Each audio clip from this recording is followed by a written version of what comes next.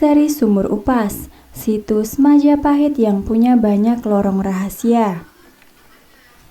Situs-situs di Kecamatan Trowulan, Kota Mojokerto, Jawa Timur, menyimpan kisah kejayaan masa silam Kerajaan Majapahit.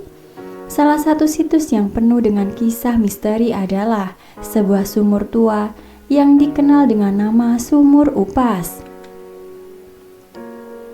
Sumur misterius itu berada di pedalaman desa, tersembunyi di antara rumah-rumah warga yang didesain seperti rumah Majapahit. Namun perkampungan warga itu sudah direnovasi sedemikian rupa untuk mengesankan kampung zaman dulu.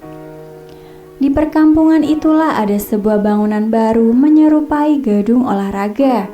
Di dalam gedung itulah Sumur Upas berada. Bangunan besar ini didirikan di lokasi situs dengan alasan untuk melindungi situs itu sendiri. Di sumur itu tak banyak yang berkunjung, kecuali paranormal, orang yang hendak menabur bunga sesajen, atau petugas yang hendak membersihkan lokasi. "Monggo mas, silahkan mas," ucap seseorang saat Brilio.net datang. Laki-laki itu bernama Sudarsono atau akrab dipanggil Darsono. Dia adalah orang yang sehari-hari menjadi juru kunci Sumur Upas. Dari Darsono, Brilio.net mendapat banyak cerita tentang sumur yang misterius tersebut. Ia menjelaskan dari namanya sendiri Upas, dalam bahasa Jawa berarti bisa ular. Namun, bisa ular yang dimaksud di sini hanya sebagai kata kiasan. Digunakan untuk menyebutkan sumur ini karena konon di dalam Sumur Upas terdapat pusaka-pusaka ampuh milik Kerajaan Majapahit. Saking ampuhnya, makanya oleh masyarakat sekitar disebut Upas, ujarnya. Salah satu sudut kompleks Sumur Upas yang sering didatangi pengunjung pada tahun 1941. Situs ini pernah diteliti dan tahun 1996 dilakukan pemugaran. Penelitian berikutnya dilakukan oleh Direktorat Perlindungan dan Pembinaan Sejarah dan Purbakala dalam rangka penyusunan rencana induk arkeologi bekas kota Kerajaan Majapahit pada Agustus 1985. Terakhir dipugar pada tahun 1995 hingga 1996 dan tahun 1999 hingga 2000. Dari bentuknya, Sumur Upas tidaklah seperti situs candi kebanyakan, tetapi lebih seperti keruntuhan bangunan berserakan, berbentuk segi empat, tangan bilik-bilik terbuat dari batu bata merah. Ukurannya bervariasi, ada sekitar 2 x 2 meter, ada pula yang lebih besar dari itu.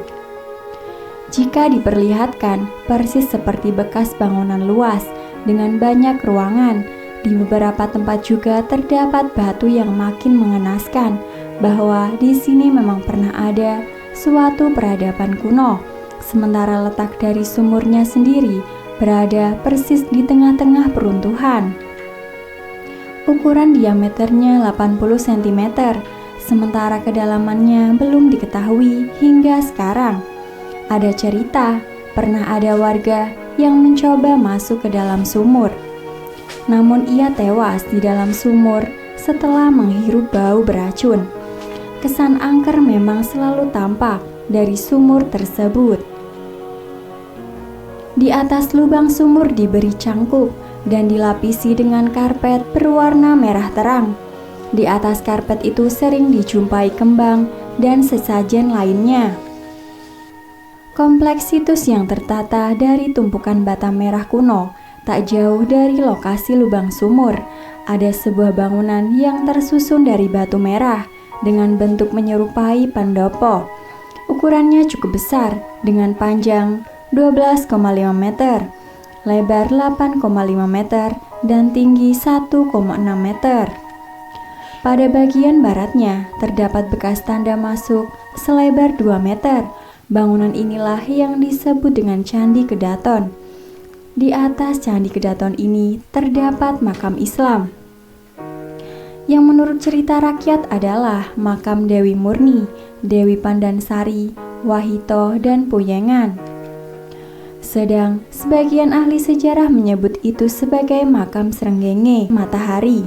Darsono, pria yang setiap hari menjajahi situs ini, menuturkan kompleks Sumur Upas dulunya digunakan sebagai pintu rahasia kerajaan Majapahit dan rumah tinggal para pejabat, di mana di dalamnya terdapat banyak ruangan yang fungsinya bermacam-macam. Di bawah tanah dipercaya ada banyak terowongan rahasia yang tembus ke sejumlah tempat, seperti Gunung Lawu, Pantai Selatan, Tengker, Tuban, Banyuwangi, bahkan hingga ke Pulau Bali. Ia juga bercerita, dulu Sumur Upas adalah berupa bukit kecil. Di atasnya berdiri beberapa pohon seperti pohon beringin dan pohon tanjung.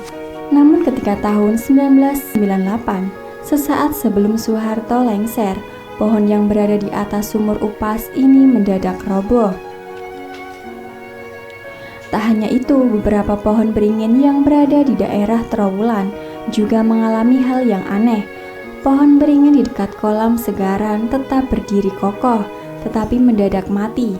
Kemudian pohon beringin yang ada di sekitar makam Troloyo setiap malam Jumat satu persatu juga roboh, tuturnya. Yang lebih menyeramkan lagi, menurut penuturan Darsono, saat pembantaian G30S PKI pada tahun 1965, Sumur Upas mendadak mengeluarkan bau anyir seperti bau darah. Namun sekarang sumur tersebut tak lagi menyeramkan seperti dulu. Auranya sekarang sudah hilang. Kalau sekarang sudah jarang ada tanda-tanda peristiwa yang akan terjadi di Indonesia. Terakhir pada Pak Harto itu, ujar pria berkumis ini, karena nuansa mistis dari situs ini, banyak warga yang menggunakan tempat ini sebagai tempat ritual untuk meminta berbagai hal.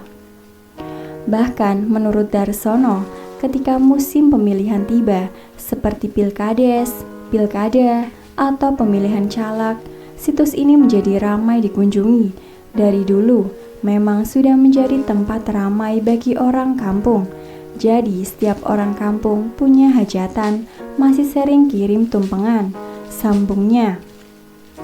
Salah satu pengunjung di situs Sumur Upas, namun Kepala Balai Pelestarian Cagar Budaya, BPCB, Andi Muhammad Said, memiliki pendapat lain. Menurut dia, sampai sekarang, baik arkeolog maupun peneliti belum bisa memastikan pada zaman dahulu berfungsi sebagai apa sebenarnya situs Sumur Upas ini. Prasasti tentangnya belum pernah ditemukan, sementara terowongan yang banyak disebut orang belum ditemukan. Satu peradaban pernah mendiami tempat ini, kemudian peradaban lainnya datang lagi dan menumpuk bangunan yang ada. Begitu seterusnya sampai 10 peradaban. Jadi, ini seperti satu tempat yang bolak-balik dipakai orang, kata Said. Hingga ini untuk menguak misteri Sumur Upas masih sulit untuk dilakukan. Pasalnya, luas situs ini sebenarnya hampir seluas dusun tempat situs ini berada, di mana sekarang bagian-bagian lainnya sudah tertutup oleh jalan dan rumah-rumah warga. Kan gak mungkin kita menyuruh warga untuk pindah begitu saja, perlu proses yang panjang dan gak mudah, katanya. Ia mengakui bentuk situs Sumur Upas memang tak lazim karena sangat luas. Saat arkeolog dan peneliti menggali untuk mendapatkan pondasi, justru mendapatkan bangunan lainnya di bawahnya.